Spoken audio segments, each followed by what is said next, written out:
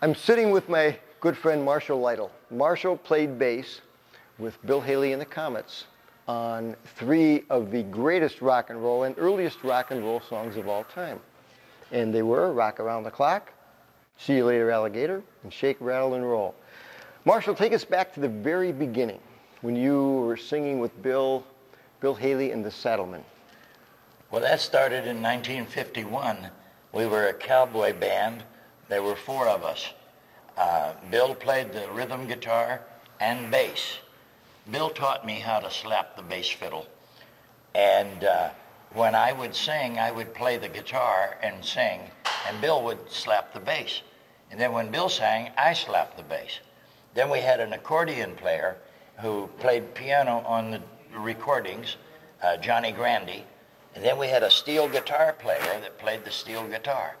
And that was the combination that we used to create the sound of rock and roll, along with a studio guitar player by the name of Danny Cedrone, who played that great guitar solo on Rock Around the Clock.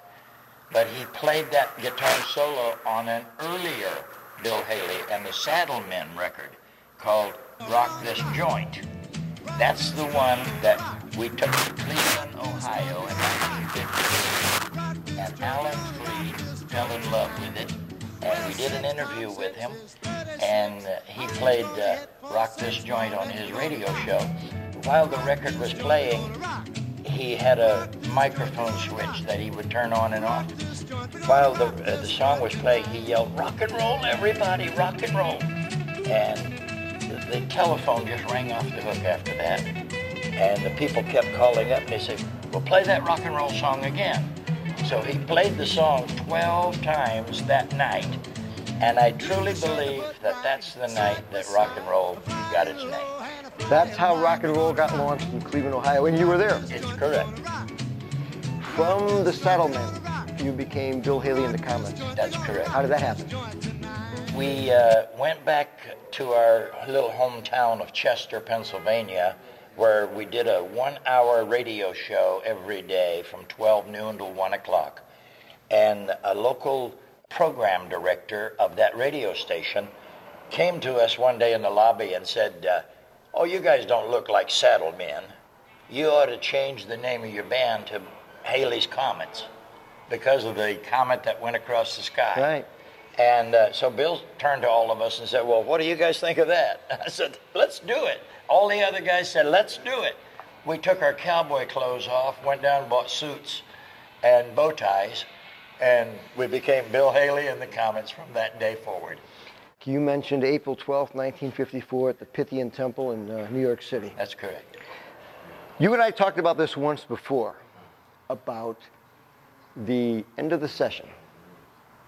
Mm-hmm. Just a few minutes were left, about 30, 35 minutes were left. Yeah. What happened? Well, we were an hour late. The head of Decca Studios, Milt Gabler, threw a song at us that we had never seen or heard of, and it was called 13 Women and Only One Man in Town. We spent 2.5 hours of a 3-hour remaining time factor getting 13 women finished and in the can.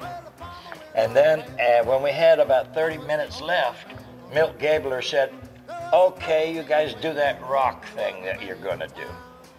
So we had rehearsed Rock Around the Clock in Bill's basement the night before, but the guitar player was not there, Danny Cedrone.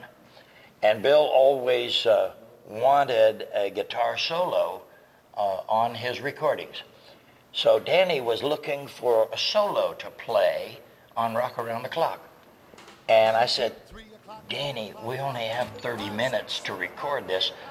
Why don't you try that great solo that you did in 1952 on Rock This Joint?"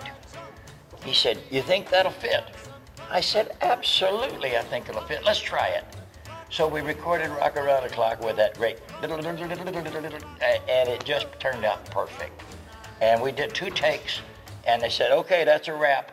And they put those 2 takes together and created the master that the world become to love. I spent a weekend with the writer and publisher of Rock Around the Clock just before he passed away down in Florida. And he told me that Rock Around the Clock worldwide has sold over 80 million records. And you played bass on that song? Yes, sir, I did, and I made $41.25 from my share. But I wouldn't change anything. You were serious then when you said that? I am serious. That was the union scale for a musician for a 3-hour record session. Our first big hit before Rock Around the Clock was Shake, Rattle, and Roll. Okay. We recorded Shake, Rattle, and Roll 2 months after we recorded Rock Around the Clock. Rock Around the Clock was not a hit in 1954. You told me once, look at the label, because if you look at the label, they labeled it as being a dance that was kind of unusual for that kind of a song. What was that? Well, they didn't know what to call rock and roll music in those days, so the label says Foxtrot, vocal Bill Haley. It was a foxtrot. That's what they said. That's what Decca Records called it, yes. But it didn't actually turn out to be a foxtrot, I'll did tell it? you, Tom, it was the most wonderful time in the world when we recorded Shake, Rattle, and Roll in 1954. It became an instant hit for us. But when we recorded Rock Around the Clock, it didn't sell hardly anything. It went to, I think they sold 75,000 copies because Decca Records was pushing 13 women and only one man in town. Was that the A-side? That was the A-side. The B-side was? Rock Around the Clock. Now, how it became a hit is a wonderful story, and it's in my book. My book is called my book is called Still Rockin' Around the Clock by Marshall Lytle. It can be seen on Amazon.com. Richard Brooks was the director of a motion picture called The Blackboard Jungle. Glenn Ford and Richard Brooks were in their kitchen of Glenn Ford's home discussing the script. Young Peter Ford was in his bedroom playing records. And one of his favorite records was Rock Around the Clock. And he was playing it, and it filtered down into the kitchen, and Richard Brooks says, "That's the song. That's the one I want for this movie."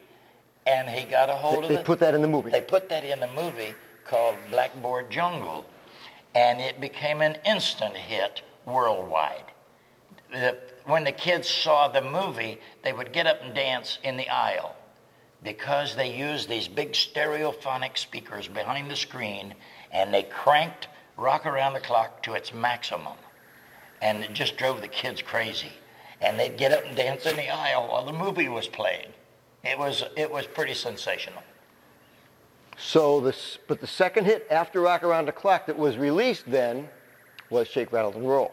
No, yes, it was Shake, Rattle, and Roll. And that went to number 1, and it sold 1 million records. That was our first gold record from Decca. So we did Shake, Rattle, and Roll. We did Crazy Man Crazy, and we did... Now, Crazy Man Crazy was a song that you wrote with Bill Haley. With Bill Haley. We co-wrote that. Now, we were promoting Rock the Joint with high school kids. And after our show, we were loading the instruments in the car, and the kids gathered around, and Bill says, "Hey, how'd you guys like our music?" And one kid said, "That's crazy, man, crazy." And Bill took a pen and wrote that down on his hand. And we went back to Bill's apartment, and his wife was making lunch for us, and Bill picked up a guitar, and he goes, "Crazy man, crazy, crazy man, crazy," you know, and then I'd throw in lines with him, and when I go out and I want a treat, find me a band with a solid beat. Bill and I wrote that song in about 30 minutes, and it was our first charted record on Billboard charts. It went to number 29. And your last big hit with Bill Haley and the Comets was the song that was started off by Franny. Yeah. Franny Beecher. See you later, alligator. Okay. And where that was also recorded at 50 and Temple? Yes. Okay. Yes. And that was another big Decca hit. That's correct. That's correct. We had 3 majors. Those were the 3 major hits. Those were the 3. Shake, Rattle, and Roll, Rock Around the Clock, and See You Later, Alligator.